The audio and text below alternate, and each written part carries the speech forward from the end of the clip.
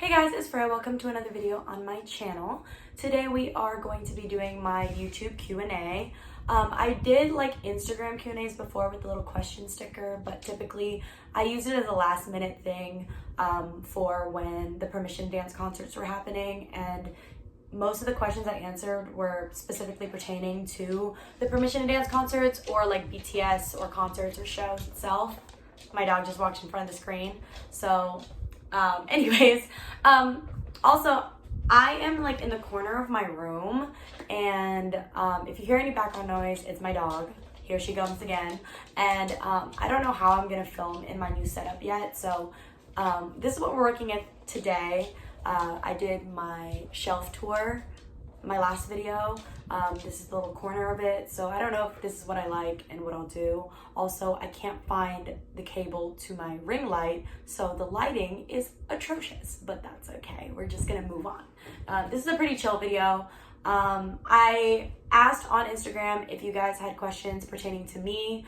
I got a handful of questions, and this was a video that was promised, so I wanted to go ahead and get to it.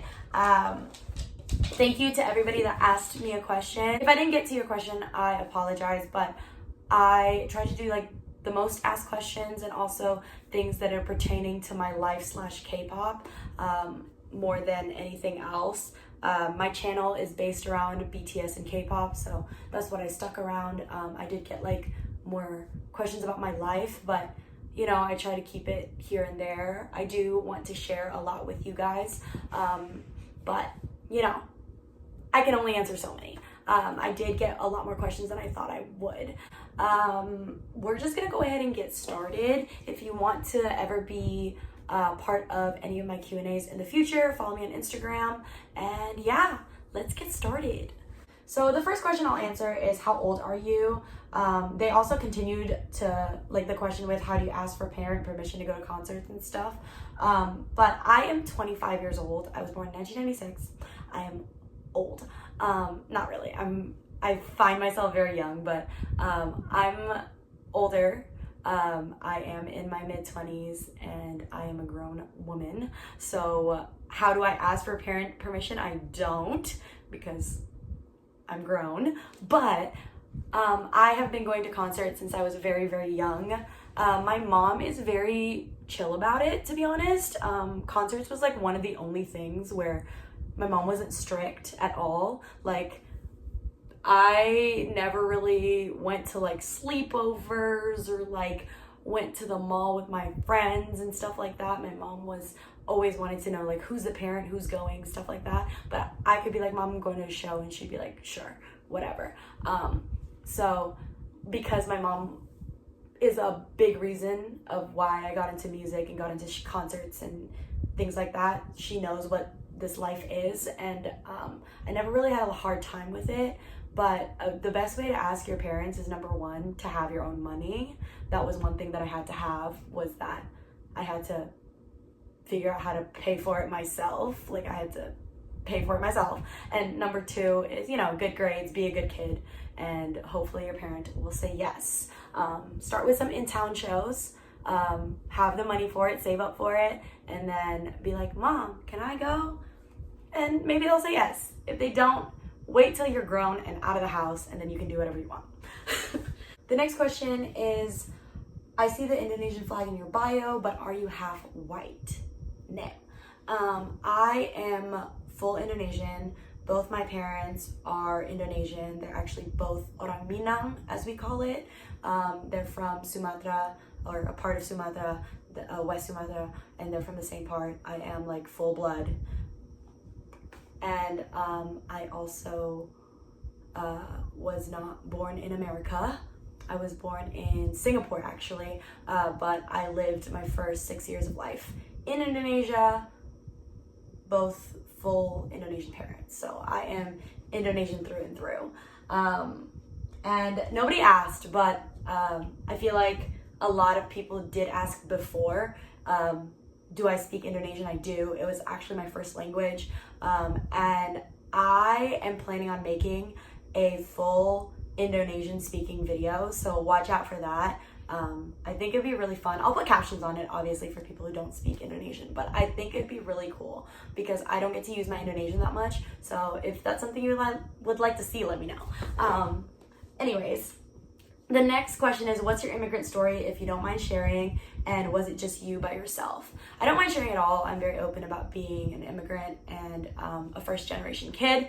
My story is that I came here at 6 years old. I did not come by myself. I came with my mother, who was pregnant at the time, and so my sister was born here, and it's just been the three of us ever since. It's me, my mom, my sister. It always has been, always will be, and we moved from Indonesia in 2003 when I was 6, and we first landed in California and eventually moved to Texas, so I live in Texas now. I've just always been the immigrant kid. My mom tried to prepare me for this by putting me in a school that spoke a little bit of English in Indonesia before moving here. However, the English comprehension skills that I was left with entering a second grade classroom in America was not,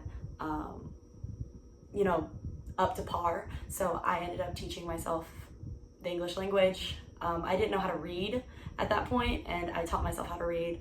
I never took an ESL class a day. I avoided it like the plague. I don't know why. I thought it was like terrible if I had to be in it. So I taught myself how to read and write and speak English, and that's kind of the story of how everything started.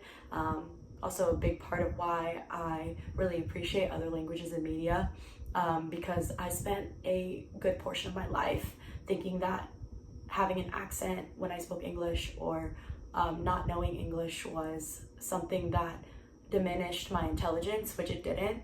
But I am very proud of being Indonesian, obviously, and I'm also now an American citizen. And we moved here, to give me better opportunities, and I very much enjoy my life here.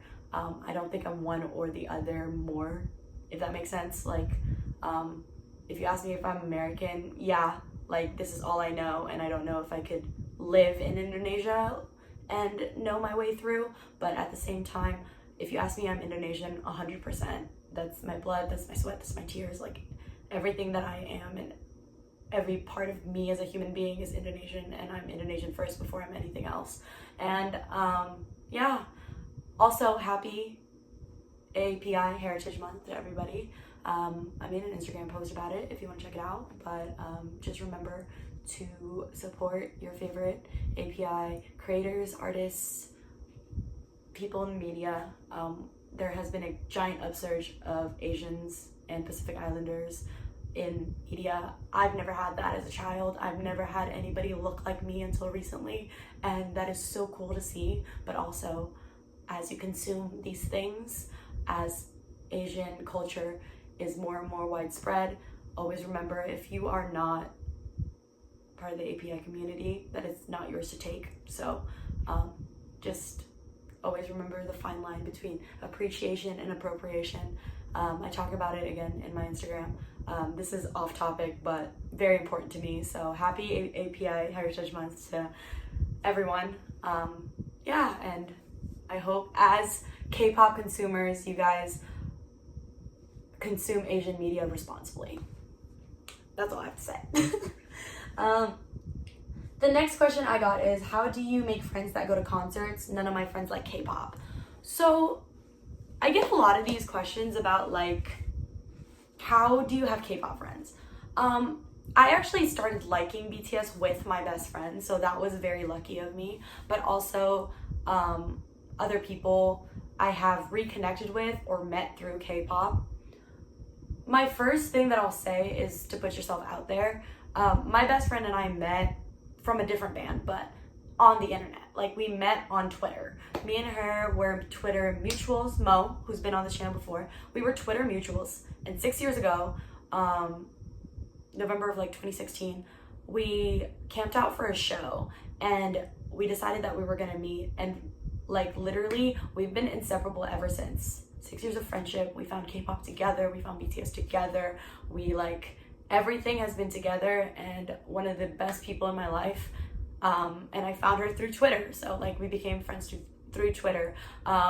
Also, I reconnected with Sydney, who we actually went to high school together, and we never talked in high school. Like we knew of each other, but like we didn't like know each other, if that makes any sense. But I also reconnected with her through Twitter, found out that she got into K-pop too, and now we're like, we see each other every week, like, you know? So I think the internet is a great place. You know, stranger danger. Everybody says don't make friends on the internet, but they're wrong.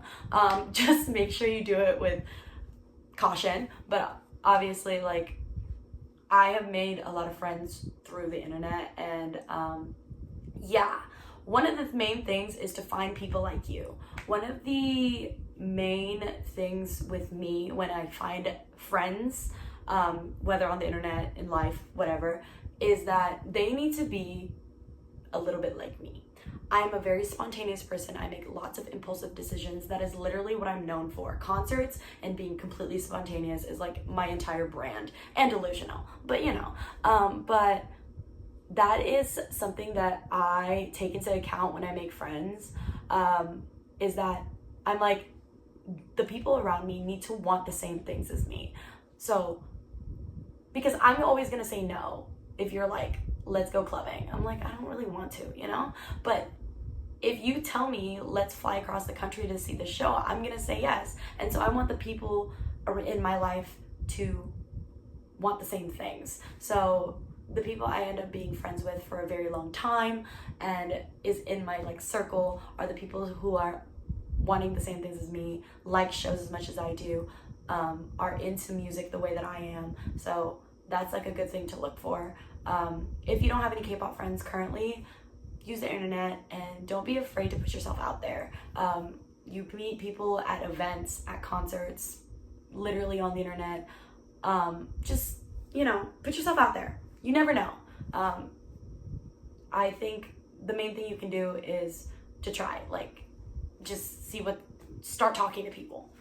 You know, not everybody's gonna end up being your friend, but if you just keep talking to people, you'll find people who have common interests and want the things that you want and that you can be friends with. And it's really, really fun to have friends, especially in K-pop. Okay, so the next question is, being delusional is a good idea, but you have to be pretty. Any tips? I think what they're directing at is the TikTok that I made about being delusional. And that TikTok kind of like blew up about me getting into things and that I'm not supposed to be at, and getting tickets that I never had, and getting into things for free. Like I got into Jingle Ball for free. I mentioned that video, and I think twice, and then I mentioned that I accidentally sat in front of Mark Lee for 45 minutes at a radio show. And I guess a lot of people in that TikTok and like in other things were just wondering like how it happened. And this person said, you have to be pretty. Any tips? I don't think you have to be pretty. I'm not gonna bash myself and say that I think I'm ugly or anything like that. I don't think I'm ugly. I think I have like moments where I'm like, ooh, she's cute. And then I feel like I'm an average looking person, but it's not really about like being a certain like look or anything. I genuinely think it's about putting yourself out there. The reason I got into all of these is because I asked. Like, it's because I asked. Like, the reason that I've gotten into shows and gotten into things and gotten upgraded tickets is just because I'm like, hey, can I? Like, I built kind of this thing from since I was young, to never be afraid to ask. The worst that they can say is no. And sure, I've gotten my handful of no's too. But a lot of the times, people will give it to you because you asked. And I guess I'll tell the story of the whole Mark situation. Basically, Super M had their tour in 2020, like in January 2020, right before like the pandemic shut everything down. And they had like the concert, but they also had a radio show that they were attending. And this radio show, it was just like they were doing 2 songs, and it wasn't even like the full songs. They were like singing it, but they weren't doing choreo. They were just like sitting and singing, and then they answered questions as well, like from the radio host. You like watch the interview basically live. And so you could enter to win. I didn't enter to win because I didn't know that I was gonna go to the show. I went to the Super M show because it was $15, and I, like, on the day of the show, the tickets were $15. I bought it that morning. I went, and then I went to the radio show because the person I went to the Super M concert with won the radio show thing. Well, they didn't win. Their friend won, and so they were their +1. Everybody who won got a +1, and so the person that won took the person I was going to the concert with as a +1. So I was just sitting there. Like, I was at this radio show, but I was outside. Like, people were getting let in at this point. There was probably like 50 people only. It was a very small thing. And they were all being let in. And I was sitting there outside, and I was like, maybe I could just be let in. Like, I don't know. So there was this lady, and she was like, you know, one of the radio workers, and I just went up to her and I was like, hey, like, I'm here because my friend is here with another friend that won, but like, she's the +1, and like, is there any way that I can get in? And the lady was like, okay, hold on, we'll see. And so they started letting everybody in, everybody's like already inside, and the lady, like, I was literally sitting in the hot sun, like outside like this. It was actually not that hot, but I was sitting like on the ground like this because I didn't know like what else to do. And the lady comes outside and she was like, okay, come on in. And so she leads me to where everybody else is inside the radio thing, and she told me where to sit. And everybody was sitting on the ground. First of all, this is like a very like small thing. Like, everybody was sitting on the ground, and it's a little platform in front, and it had like chairs like for them, and she told me to sit down, and where I sat down was in front of like the most left chair, if that makes sense. Like, this is like the chairs, and then there was like one chair over here for the interviewer, for the radio person, and this right here was like a chair right in front of me. So basically nobody was sitting up here yet. The guys haven't come out. She told me where to sit, and it was in the very front, and the chair was here. So yeah, and when they came out, they all sat down. It ended up Mark being right there. That's why in the video I was like, I was sitting this close to Mark Lee. It's because he was sitting like literally this distance from me, but which is very cool. And again, it's all because I asked, and she could have very well said no, but I also would have never gotten the opportunity if I didn't ask. So I think being delusional, the biggest part of it is to be bold, is to always ask, you know.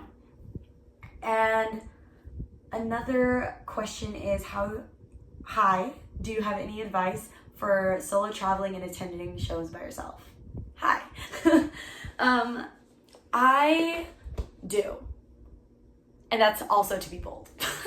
Because I enjoy solo travel. I enjoy concerts by myself, but I am pretty extroverted, and I talk to the people around me, and I think it's a great way to like enjoy yourself is to just talk to the people around you. There's gonna be people there already. It's a show. Like, people are gonna be all around you. Just talk to the person next to you, talk to the person in line, like, just have conversations. So it's not like lonely or anything. I think be diligent, be aware of your surroundings, because you are by yourself, so it's always a safety thing. Make sure that you know how to travel, know what you're getting yourself into, and like have all your things set, like accommodations, how you're gonna get to places and things like that, since you're by yourself.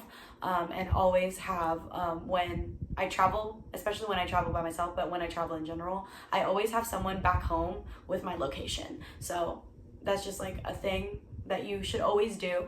But besides like safety things, I mean, I think you should make friends with the people around you. Everybody's there for the same reason, because they are trying to see an artist that they love. So there's a lot to talk about with the people around you. If you're a little less extroverted, compliment someone. People always wear like cute outfits and stuff. Spark a conversation. Try your best. You might have to like get out of your shell a little bit, but it's really fun. Also, going back to what I said about making friends, a lot of people find other people going to shows on Twitter or Instagram or TikTok or whatever, and I think that's a great thing to do. If you're going alone to a show, tweet out, be like, who's going? And maybe you can like meet up with people, and so you'll do like solo stuff, but also you'll have people around, if that makes sense. So yeah, never let being by yourself stop you from going, because no matter what, you're gonna have fun. So go. That's my best advice. Go. The next question is, what's your job? How to budget or save for multiple shows and groups? So I got this question a lot. I'll put like a handful of them up here. But I got a lot of questions about what I do for a living, and also like my finances when it comes to like shows and concerts and traveling. So the first thing I'll talk about is my job. When I first started like doing this channel regularly, I think I did mention that I worked in sports medicine. I no longer work in sports medicine. I am still in healthcare, but I work in plastic surgery now. And yeah, so that is what I do. But when it comes to finances, I never want to put on like a facade that everything's glamorous, and that going to as many shows that as I do doesn't have consequences.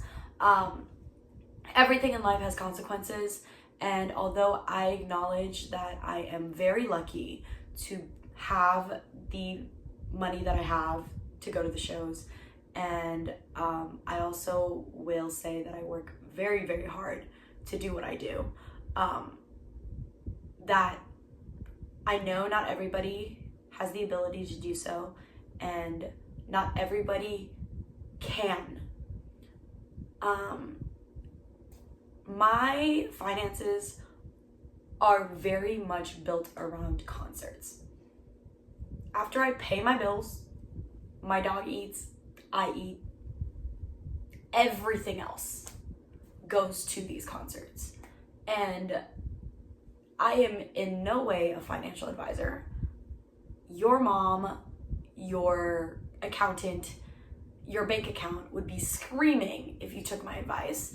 Also, especially people who are older, and when I say older, I don't mean like, you know, they're 100 years old, but like people of older generations. I am the very last year of like millennial, like Gen Z cusp. Like the generation that we live in value money differently than I feel like generations before us, because there's not much money. Everything costs money. Everything's expensive. It's expensive to live. It's expensive to be alive. And also, nothing is guaranteed in my eyes. Again, I am no way a financial advisor. I'm not the most responsible with my finances or anything, you know, and I'm very lucky that I make enough money for bills plus more. A lot of people live paycheck to paycheck, and that is something that I have to acknowledge when I talk about money on this channel, because I never want to be so out of touch with reality. When I've seen people talk about spending for shows, and people make videos about like, oh, like this is how you save for concerts, a lot of it seems very out of touch. You have to have the means to do so. And I am very lucky to have the means to do so, but I will never sit here and preach to you that everybody can do it, because not everybody can do it. And most people in this country, most people in the world live paycheck to paycheck, so it would be very tone deaf of me to sit here and say that anyone can do it. I've worked really hard to get to where I am. I don't live paycheck to paycheck, which is a very lucky thing that I will not take for granted. And I have extra money per month that I put away for this. So the way that I do it is after my bills, you know, everything's paid off, I'm eating, my dog's eating, everything else goes to concerts. Not a good idea. Not the best, but it is what I do. And there's a lot that goes into it. I don't eat out that much. When I get invited by like my non-concert friends, my coworkers, whatever, to go to brunch, to go to clubs, to go see the movies, like to do this and that, I don't. I literally don't buy anything except for K-pop stuff and concerts. I don't do anything else. Like I literally keep my everything to a minimal. If I do stuff, it's like little things here and there. I'll go to the park with my dog. I hang out with my sister, like very much cheap. Like that's how I live my life. I would rather save the $30 I would spend on brunch, even though that could be fun, but I would rather save it for a future show. So that is how I do it. And I think a lot of people ask about like budgeting for the shows itself. If you're talking about like the actually going to shows, like you already have the money and how to budget the actual shows, I have a video on that from PTV Vegas. And then also, the best advice I could give you is to live cheap. I usually have like a very nice meal, when I go there, but you know, discount airlines, discount hotels, or Airbnbs, and then like eating very cheap, like especially if we have an Airbnb, we're making ramen in there, we're packing snacks for the road, like we go grocery shopping, and then you'll have like one nice dinner, during the trip. But that's how I travel, that's how my friends travel, that's how we do it, because we are all young people with we're not millionaires, but again, you always have to acknowledge that we're lucky in our financial situation. And another thing I have to acknowledge is that I live for myself. Like I make money and I spend it. Like I make money for me and for my dog. I don't have children. I don't have anybody depending on me. I don't have like my finances is not split. So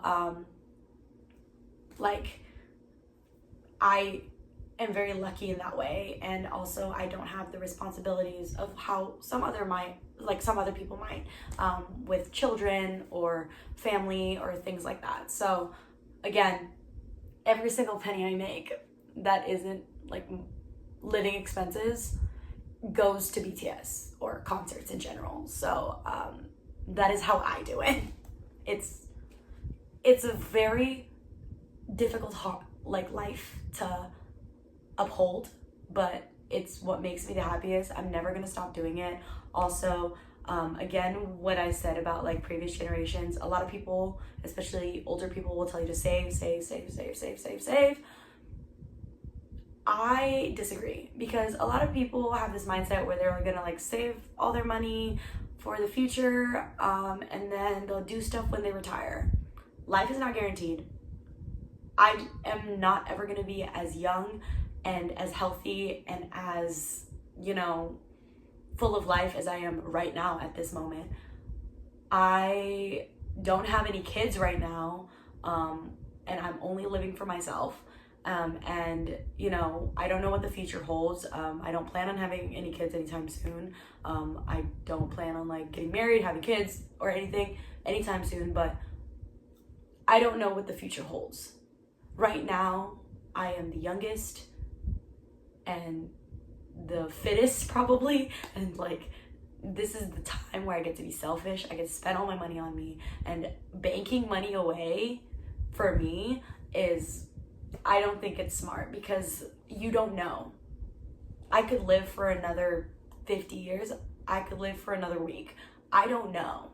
And for me, I want to have as much life experience as possible, and I want to do the things that I love to do. So for me to just bank money and save it and stuff in that mindset, I don't believe in it. I don't believe in it at all.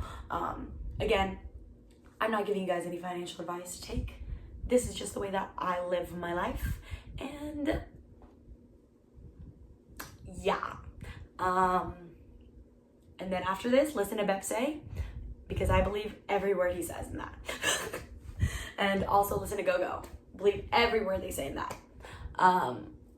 But yes, so I believe in spending my money. Sorry about it. If there's a BTS concert, I'ma go. I don't know how I'll do it, but I'll be there. Anyways, what is your tip and advice for PC and album collectors? Good question. You can see a little bit of my album collection behind me, and I made a video, this is my last video before this one, on my album collection. And also, like a while back, I made a video on like my photo card collection that I'm selling or something. And my best advice is to not do it. A lot of people love like photo cards and albums, and I do too. I actually really do, and I dove in really deep, really fast into photo card collecting and album collecting, but it's very time consuming and it's very, very financially draining. I will never do it again. Right now, what I do is I collect whatever photo card speaks to me, you know, like the ones I pull, and like random ones, it usually ends up being Yoongi, like, you know, and then I keep up with my full BTS Korean album collection, and that's it. I like other groups, but I don't buy their albums unless I really want to, or if I have the money to do so at that moment. Like Monster X just had a comeback, TXT is about to have a comeback. Like, people are putting albums left and right. I'm not buying any of them. Eventually, you know, I want to get all my favorite albums, blah, blah, blah, but I'm not doing any of it, just because for me, it's not financially where I want to spend my money. My best advice is to take it slow. I think I really drained myself, and I also really, I burnt out, I think, because I did it way too fast. I collected every single member of BTS, every Korean album, every single member, so all seven of them, and I did it so fast. There was one point where I had accumulated 73 Map of the Soul Persona albums. I had every single from which album? Besides the first like 3 BTS albums, I think I had like almost a full collection of everything else up to like Map of the Soul 7, I think. And it was just like, I did it so fast, it drained my money, it drained my time. I got like really obsessed with it. Like, I was like, I don't have it yet, I need to have it. Like, it was a lot. So my best advice is to take it slow, to prioritize things. I would never suggest to anyone to do what I did and collect all 7. Although I love all 7 members equally and everything, I wish that I did like 1 or 2 or maybe even 3, but it was way too much to do 7 for me, unless you have like an indispensable income. I wouldn't suggest it. Also, to only buy the albums that you really care about, like, you know, because a lot of people have album collections where it's like 15 different groups. I don't think I'll ever be that person. I used to have 500 albums. I'm not gonna front with you guys. I used to have like 500 of them, and now I have like maybe 100, 200, maybe, not even, I don't think. But I downsized a lot. So I downsized my photo card collection. I downsized, and now I don't really have like a collection. I just have like whatever photo cards. I have a lot of them, but like, you know, I'm not like a collector anymore, I don't think. So my advice may not be the best, but I really did get burnt out. So my advice is to take it slow, because you don't want to get burnt out like I did. Yeah. And then Somebody asked me after seeing your TikTok, just wanted to see if you're doing okay. Love you, Freya. Love you too. I am doing fine. I think I just had like a down spiral. It's like a combination of an environment change because I just moved. The concerts happening and then like ending, and the era, like the permission to dance era basically ending, and then I think I just had a lot going on at once and my mental health took like a plunge. I'm very much okay. If you followed me for a while, you may know the history of my mental health. I suffer from clinical depression, and I used to really not be okay. But now my downwards, like even if I'm feeling a little bit down, it's not the way it used to be where I was just so depressed and I guess I'll put a trigger warning right here. I did not want to live. Like it's not like that anymore. So sometimes I just have days or multiple days where I'm just not feeling at my best, but I'm okay. Like I'm generally okay now, which I'm very thankful for. And somebody else asked, you're very open about your mental health.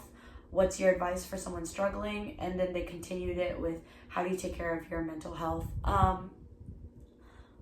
So the way I take care of myself is to take everything slow and one at a time. The biggest thing for me when it comes to my mental health is that things get very, very overwhelming for me. Things people find mundane and, part of everyday life is things that just feel really heavy, because living used to feel very heavy for me. And I'm a lot more happier than I was before. In fact, I don't remember being happy since maybe I was 9 until 2 years ago, when I finally started taking care of my mental health. So for me, the best thing I can do is to take everything one step at a time, since I've made so much progress already. My best advice is to get professional help if you are able to. I don't think I would have ever been able to get out of the situation that I was in my head without it. Another thing is that you have to be your biggest advocate, because nobody is going to understand or know what it's like to be you, especially people who don't know what it's like to struggle with mental health issues. A lot of the times people say that you feeling down is a cop-out, or it's just in your head or whatever, but you have to be your biggest advocate. You have to know within yourself that this is something that you struggle with, and that you're going to continue on with it, and figure out how to live your best life despite it. And so my biggest advice to someone struggling is, number one, get professional help if you can, and number two, surround yourself with people who are understanding of your situation, and also to be very open and honest about it. I found that telling my friends what I needed was the best thing I could do, because when I'm sad, I don't want to talk to anybody. I don't want to there's certain times where I have to isolate myself, certain times where I need them, certain times, and the best thing you can do is communicate. And then always take care of yourself. Be your biggest advocate and take care of yourself. That is the best thing I can say. Depending on what the mental health thing is and everything, is always going to be different for people, depending on what you struggle with and what you're going through. But that's the biggest thing. And yeah, just be your biggest advocate, because nobody's going to understand it the way that you do. And in fact, a lot of people will not understand it at all. So just be sure to take care of yourself. And I cannot stress enough, if you have the ability to, get professional help. Yeah. So on a lighter note, which is fine, by the way, I never mind talking about my mental health. It is something I'm very open about, very passionate about, and I think is very important for people with any kind of platform, even though mine is very, very small. I think it's very important for people to talk about, because a lot of the times when you struggle with it, it feels very alone, and you're never really alone. So if you ever want to talk about mental health on my channel, that is absolutely okay. And I will always be open about struggling and days that I'm down and things like that, just because I really do want to be transparent even on the internet. I don't want to put up some kind of facade that I'm always okay or anything like that. So yeah, let's talk about it if you want to. So thank you for the question. But the next question is, what's your favorite TV show, K-drama, or other? So I'm not very big on TV shows and movies, mainly because growing up, number one, I was an immigrant kid, so I didn't know all of the things people were watching. And my mom was pretty strict with movies when I was little, because I wasn't allowed to watch like a lot of like things like Pokemon I wasn't allowed to watch, and then I wasn't allowed to watch like PG-13 movies until I was 15, and things like that. And then like I didn't know all the classics, because again, I was an immigrant kid. Like I didn't watch Forrest Gump until I was like 19, so I don't know everything people know. If we're talking about like Western movies, I also don't really like things like Friends was okay. Like I didn't really like The Office. Like the things people really like are okay. I really liked that 70s show, and I really like New Girl, which is very popular. I don't really watch a lot of shows or TV, and there was a very big period of my life from like middle school to high school where we didn't even have a TV in the house. In fact, we didn't have a TV in the house until even when I left the house, like we didn't have a TV in the house. The first TV that I had after being like 13, we just stopped having a TV in the house, and I actually bought my own TV, which is right here, 2 years ago when the pandemic started. And I only use it to stream things. I don't have like cable or anything, but this is like the first TV that I had since I was like 14. So we just never had it growing up. So I don't really know movies and TVs like that, TV shows like that. I watched like Disney Channel as a kid. I don't know. But yeah, I liked New Girl. I liked that 70s show. That 70s show I've watched like multiple times. My family used to watch a lot of singing shows. That's why I was really into One Direction, because we watched the UK X Factor. We used to watch like American Idol together, The Voice, things like that. That's like a thing my family does, and so it's something I've always appreciated. We don't do it as much anymore, but growing up, that was very, very important to me. And then because it was just like a together thing. What else? The shows that I really like, one of my favorite shows is probably Criminal Minds, and then I also really like Law and Order SVU, so I really like true crime stuff. For K-dramas, the way I consume K-dramas is very much as like a light thing. I really like romance ones, easy to watch, like type of things, because I think I like that in all foreign dramas. I watch a lot of like Chinese dramas and Japanese dramas, and I'm trying to get back into like Indonesian dramas. I watched a few Indonesian movies recently, but it's something I want to do, especially since I speak the language, so it'd be easy for me to consume, even though I don't mind subtitles, of course.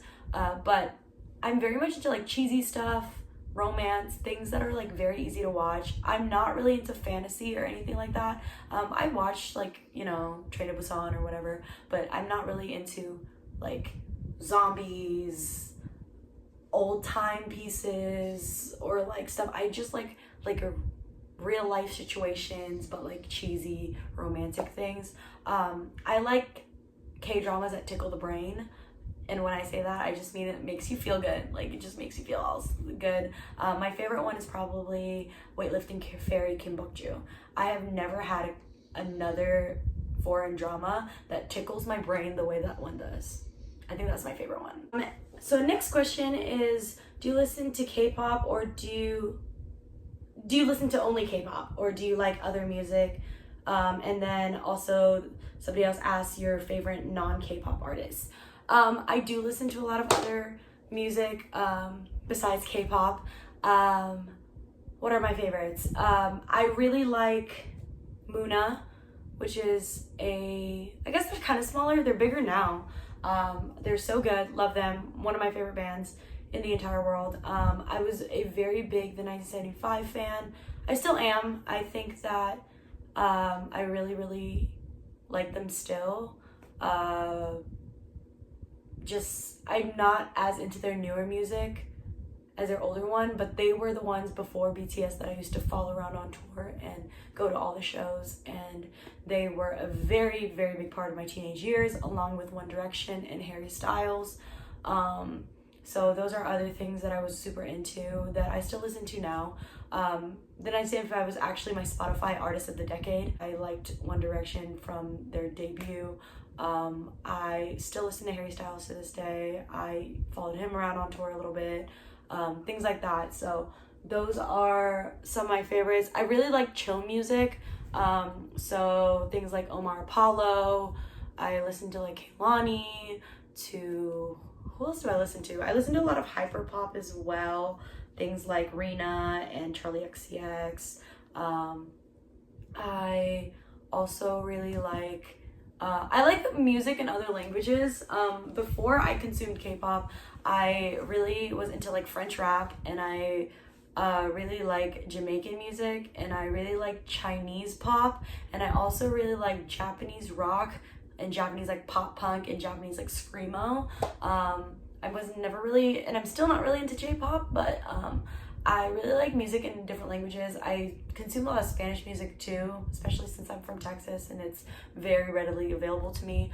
But yeah, I listen to an array of things. Also, one of my favorite things to listen to is like older stuff. I'm very much into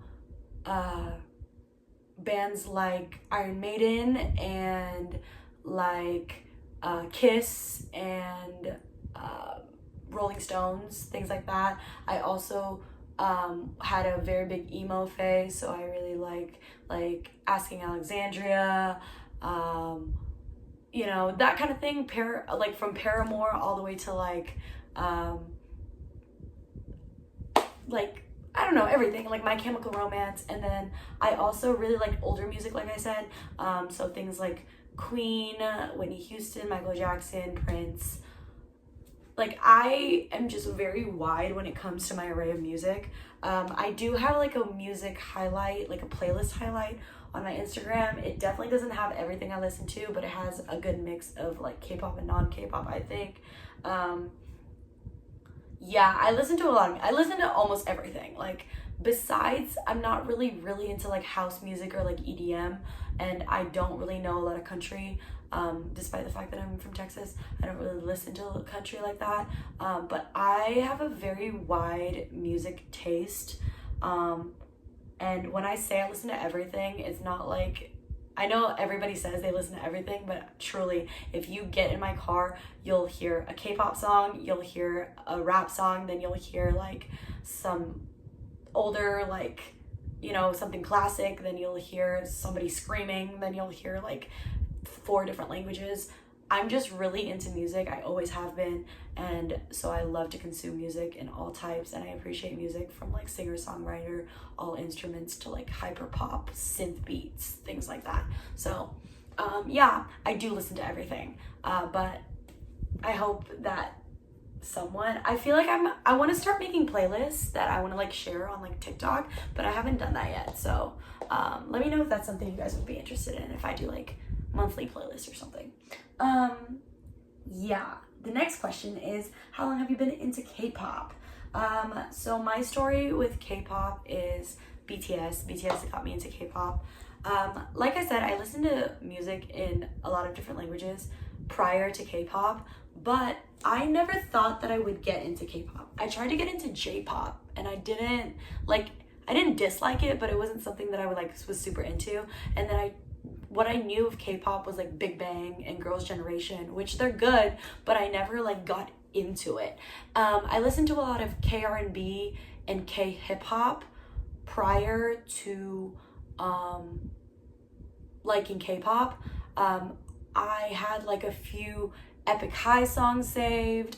I really liked The Rose, and then which is I guess a K band. They're K-pop, but a K band.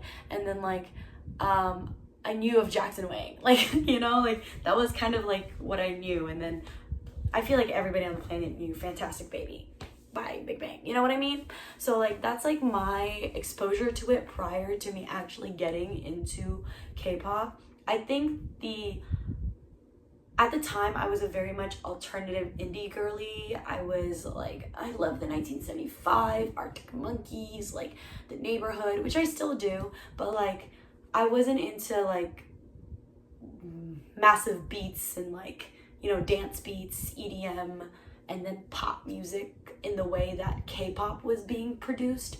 And but I like pop music. So the first encounter with BTS that I had, where I saved a song, was actually they opened an H Mart in my city in 2018, and I was there shopping, and I believe it was December of 2018 because Christmas decorations were up. I remember this very vividly. I don't know if you remember the first time you've ever really listened to a BTS song, but I remember this very vividly. They had Christmas decorations up, and I heard this song, and I opened my Snapchat. I don't even use Snapchat now anymore, but I opened my Snapchat because if you open your Snapchat and you had the camera on and you just held it down, it would scan the song. And it was Love Maze by BTS. And so that was a few months after Tear came out, I'm pretty sure. And so that was the first BTS song I've ever saved. It was 2018, very end of 2018. And then fast forward to February of 2019, I didn't really think about that song again. I listened to it, but whenever it came on shuffle, but I never really thought about it. Maybe because I do listen to music in other languages, I wasn't oh, this is a Korean song, let me just look into it, because I save songs all the time. Sometimes I hear a song and I'm oh, this is nice, so I save it, but I never look into the artist. I never do anything. So February 2019, my former friend came to visit Mo and I. So Mo and I and this person were going to a bunch of shows for this other band that we used to follow around. And while they were here, they were talking about BTS and how they really liked BTS. And, they showed us BTS, the members and things like that. And I remember sitting on Mo's bed, and I was looking at the screen, and they were showing us different interviews of BTS interviews, and we were trying to learn their names, which we actually have a video of us learning BTS names on Mo's channel. I'll link it down below. But we were learning their names, but I remember the exact moment when something clicked for me. And basically it was the Ellen interview, and they were sitting there, and one person just was not saying a word, barely moving. And I looked at him, he had mustard pants on, and I was like, him. And it was Yoongi. Not in an oh my god, he's so hot, love him kind of way, but I don't know what it was. Something just clicked for me. It felt safe. I felt at home. I don't know what it was about that man, but I was this for the rest of my life. Staring at him for the rest of my life. And yeah, from then on, that trip ended. So I drove home that night because our friend stayed with Mo, and I live an hour away, and I went home that night to do other things, and I drove an hour home because Mo and I live an hour apart, and I drove an hour home, and I just played BTS music, and I was like, yeah. Because that night we watched interviews, we learned their names, we watched music videos, and I was like, let me just listen. And then it clicked for me that Love Maze was one of the songs that I saved. I was like, oh, I know this song. Like, I know the song because it came on shuffle. Like, I just shuffled like a BTS thing, and I was like, oh, okay, I know the song. Like, and then the trip ended up ending because like that wasn't the end of the trip. And then we did other things like for the shows and stuff. And our friend went back to Canada because that's where they're from. And I just dove straight in. Everything. I just started watching interviews, videos about them. I watched, like, consumed so much content, learned all the songs, like everything, and I dove straight in. And yeah, that was February 4th, 2019. Changed my entire life. It really did. And it was all because I saw Yoongi sitting with mustard pants on a couch. And for some reason, my brain knew that that was it for me. Still my bias to this day. Love him. But yeah, it changed my entire life. And we talked about my mental health earlier. I don't think I would be where I am at today and the person I am today without BTS. When I say BTS saved my life, that is not me being dramatic. That is actually an understatement. They have made like a life that I struggle to live, like a life that I enjoy and that I want to wake up to every morning. And I'm not gonna cry, but they're a really big reason of why I got help. And I found them right before, like a year before the pandemic hit, and it was like a year of learning. And then once the pandemic hit, it was really hard for me, and they were all I had because a lot of people ended up being at home and quarantining. Not me. I worked in healthcare and I did not have a day off. I was working every day. I was slammed. My job laid off half of the employees, and the position that I was in had 8 people in my clinic, and they laid off every single person except for me. I was doing the job of 8 people every single day during this pandemic when nobody was going to work, and I was going to work every day, and they were all I had. I would just go home and watch them, and they genuinely helped me get through the hardest time of my life. I then, like a few months into the pandemic, went through a breakup, and it was a 4-year-long relationship. I didn't know what to do at that point, and so much changes were happening in my life. It really pushed me, like BTS in a way really pushed me to get help and to find a reason to keep going. And they genuinely saved my life. So I found them in 2019, and sitting here May 1st of 2022, I can say that I have grown so much as a person. I am changed, and I enjoy the life that I live because I live alongside them.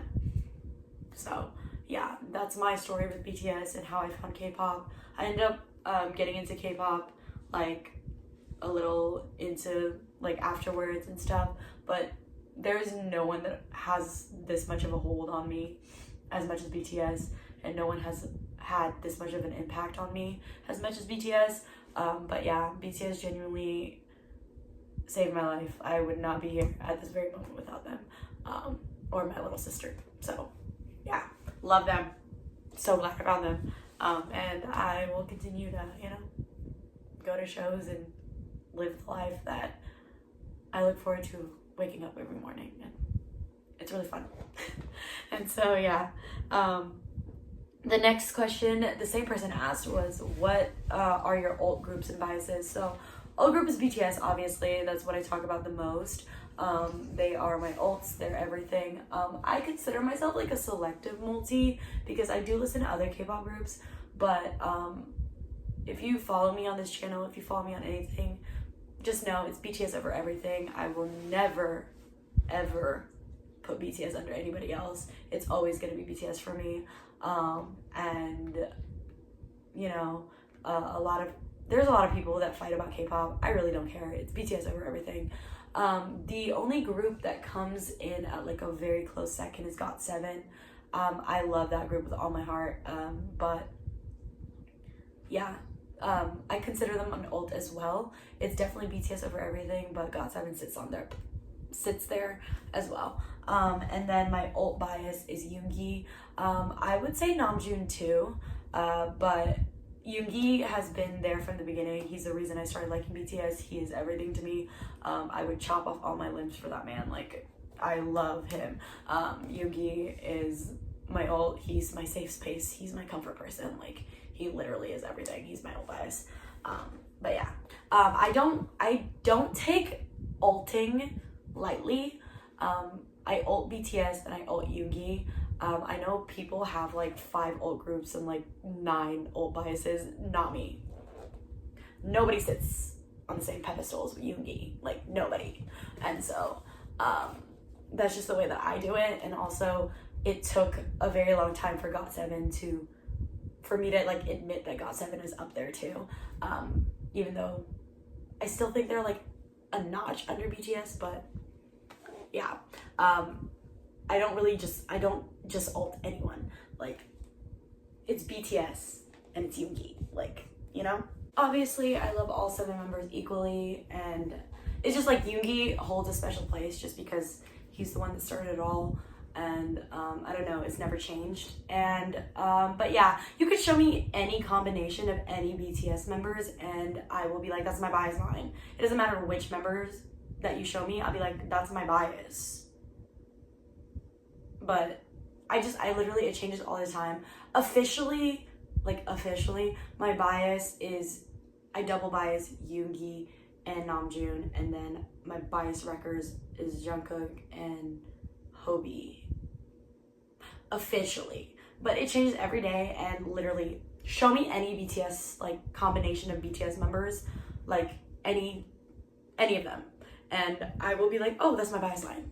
So, where do we go from there? And then somebody else asked, have you ever been to a fan sign? I have not. I've never been to a fan sign. I don't know if I want to. I'm kind of scared. Like, what would I say? What would I do? They would have to perceive me. One thing I know for sure, I would never want to meet BTS. Like, I really don't want to meet BTS. I would rather do anything else. I would rather, like, anything. I don't know what I would rather do, but I would rather do anything but meet BTS. I don't want them to perceive me. I don't want them to look at me. There was that, after PTDLA, when Namjoon decided to just come to Houston, which is like 2 hours away from me. Don't do that. I was scared for my life when he left Texas. I was like, thank God. I do not want to, no, they don't need to know, they don't need to see, no. But I've never been to a fan sign. I might do it for like other K-pop groups, but it's not like top priority for me. I did win a video call with Monsta X's I Am Chankin, but I won it, and then I did not see that I won it, and they were like, you have a certain amount of hours to like claim your slot. Didn't claim it. I'm still mad about it. Like, I can't speak. I'm still mad about that, to be honest, because I won and then I couldn't even do it. So that sucks. But yeah, so technically I won once a video call, but didn't happen because I'm an idiot and I didn't see that I won, and then they gave my spot to somebody else. Well, I hope whoever got it enjoyed themselves. But yeah, and then somebody said, are you going to K-pop Flex? I believe that's the festival that's happening in Germany, right? No, I'm not going. I don't think that's financially smart for me to like go to another country right now. And also, the main person I would want to see that's going is Monsta X, which I'm already going to see Monsta X in June. So it's not like a top priority for me at the moment. So no, I'm not going to that. And somebody said, would you travel to Europe for a BTS concert? I would.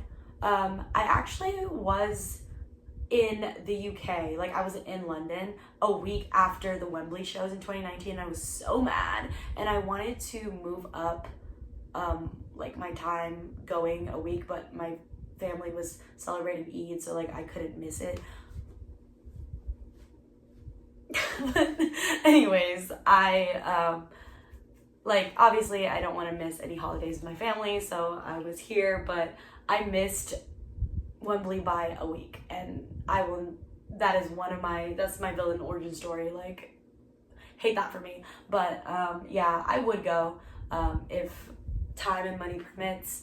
It's not my top priority to see a K-pop show in Europe. I would rather go home to like Indonesia to see it if they ever go to Indonesia, or go back to Singapore and see it if they go to Singapore. But I definitely would. Yeah. Favorite concerts you've been to? I will say this with my whole chest. Third Day, Permission to Dance LA was the best concert I've ever been to in my entire life. It was like the PTD in LA. PTD in Vegas was good, but PTD in LA hit different. I mean, it was like the first time in 2 years. Everything was just felt so surreal. I think day one was like just a shock for me, and then day two was like, oh my god. But day three, there was something about it. First of all, I had soundcheck that day. I had soundcheck day 2 and day 3 if you watch my vlogs. But day 3, I had soundcheck that day. Namjoon just dyed his hair red. They were just having the time of their lives. They were so close. I had moments where I just like completely just stared at them, and I was like, this is really happening right now. Like, this is really happening. And I was like, this is the best day of my life. This is at home. I feel at home. I've never been, like, everything just feels like a warm hug. And that night they actually performed Young Forever, and I remember the very beginning of the song, like the song starting, and then I blacked out. I had like a moment where I like literally disassociated, because I was like this is what's going on. Like, I'm here right now and this is going on, and I don't remember the rest of that song. I remember like the first, like very first part, like not even till the first verse, and I gone. Like, that was just, that concert, I don't think anything has compared. I mean, I've only been to a handful of shows afterwards, but even Vegas, like, stuff.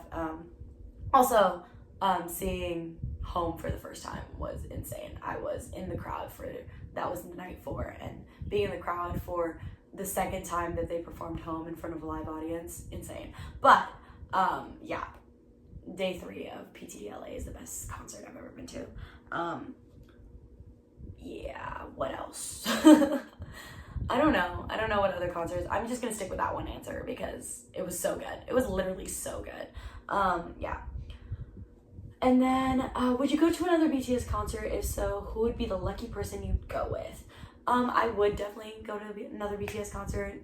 I think I said earlier in this video, I'm always gonna go.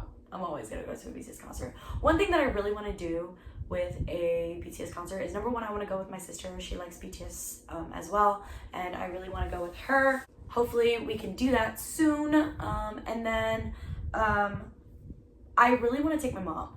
My mom is a big reason why I got into music the way that I do. She showed me all the classics that she used to listen to, like Queen and Whitney Houston and Prince and Michael Jackson, like all the good stuff. Big reason why I consume a very wide array of music and have an appreciation for music is because of my mother. And also my mom really likes concerts as well. Like, when she was younger, followed Michael Jackson around Europe and things like that. So she knows what this is about, and she's why I'm like this, you know? And I know that the music's like not her favorite, because she's heard BTS before and it's like fine, but like it's not like her favorite music or anything. But I think she would really appreciate them and the performance and the production if she got to see it. So I really do want to take my mom, I think, one of these days. I think she'd really get it, like, you know? So yeah. And then I think this is the final question, is what concerts are you planning on going to, or what next concerts are you planning? Like, what are you planning on going to next? I can't speak. God. Also, I don't know if you'll see, there has been a lot of cuts in this because I've been having a lot of issues like with my filming, but we're getting through it. This is the last question. But anyways, what concerts am I going to next? I shortened down my concert list for the year because I had way too much going on. So I'm very proud of myself. This is very good for me. And also in preparation for BTS tour because I know they're going to, and then I'm gonna have to drop everything, go to them. But yeah, so if I'll put my concert list up here somewhere. Let's see what I have. Let me pull it up. I don't know. What do I have? Concerts. Okay. So I'll put my 2022 concert list up here.